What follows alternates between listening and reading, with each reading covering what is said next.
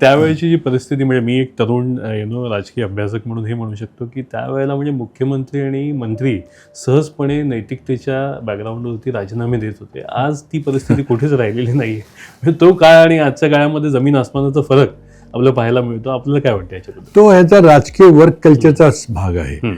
आपण जर माहिती तर महाराष्ट्रात इतिहास पाहिला, इंदिरा गांधी असतील, सोनिया गांधी असतील, अनेक मुख्यमंत्र्यांना किरकोळ चुकीवरून जावं लागलं. कारण शेवटी काय आहे की त्या पदावर बसलेल्या व्यक्तीने किरकोळ चूक करता कामा नये असा आग्रह इंदिरा गांधीचा असायचा. आपण पाहतो की अंतुले असतील, निलंगेकर असतील, त्यानंतर म्हणजे अशोक चव्हाणांचं उदाहरण सोनिया गांधींच्या काळात केलं. मंत्री तर किती केले.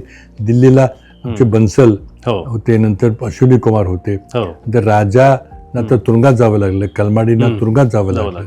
म्हणजे आपल्या पक्षाच्या मोठ्या नेत्यांनी चुकीचं वागू नये, चुकीचा आदर्श तयार करू नये हा त्यांचा कटाक्ष असायचा. त्याबद्दल आमच्या पक्षाच्या अंतर्गत बरीच टीका व्हायची की असं कशाला तुम्ही केलं.